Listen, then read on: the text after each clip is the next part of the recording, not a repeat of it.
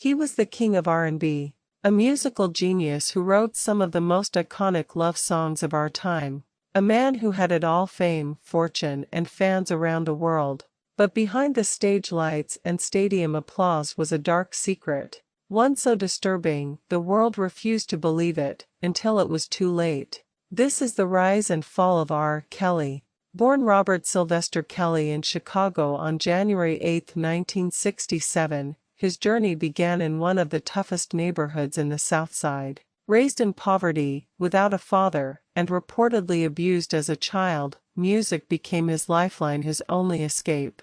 He started singing in church and performing on street corners. His talent was raw, undeniable. In 1992, he burst onto the mainstream scene with his group Public Announcement. But it wasn't long before he stood alone, releasing his solo debut 12 Play, a multi-platinum record that turned him into a star.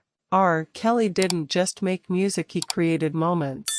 With tracks like Bump and Grind, I Believe I Can Fly, and Ignition Remix, he dominated the charts and became a cultural icon. His voice was silk. His pen was gold. He wrote for Whitney Houston, Michael Jackson, Celine Dion. He was, without a doubt, the architect of R&B in the 90s and early 2000s. But behind the closed doors, a darker narrative was playing out. In 1994, when he was 27, R.Kelly secretly married Aaliyah, his 15-year-old protégé. The marriage certificate falsely claimed she was 18. When the truth came out, the marriage was annulled, but the industry said nothing. The media barely whispered. Fans moved on. He was too talented, too big to fail. Then in 2002, a videotape surfaced. It allegedly showed Kelly engaging in sexual acts with a minor. He was charged with child pornography.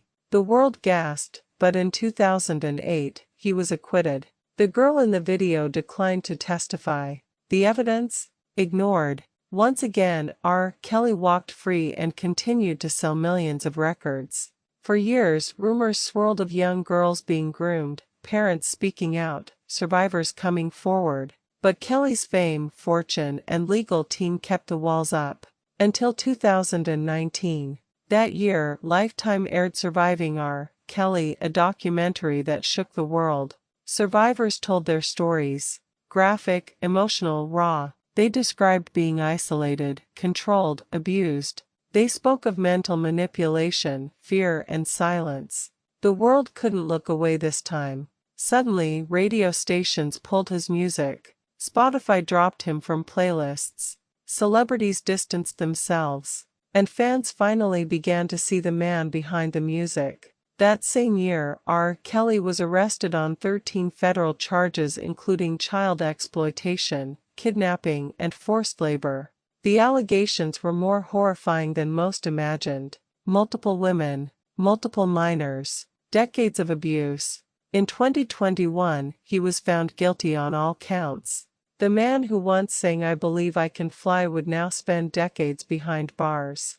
R.Kelly's fall wasn't just personal, it was cultural. It forced a reckoning in the music industry. How did this go on for so long? Why didn't anyone stop him?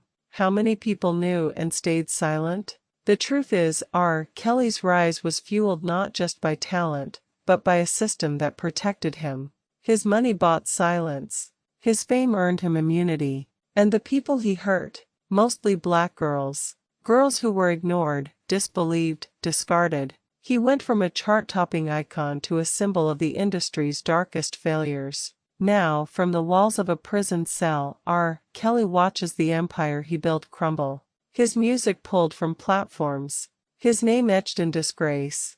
His legacy forever stained. But this story isn't just about R.Kelly. It's about who we choose to protect, who we choose to believe, and how, sometimes, the biggest stars cast the darkest shadows. Thanks for watching. Please don't forget to like this video and drop comments. And most importantly, don't forget to subscribe and hit the notification bell so you don't miss anything.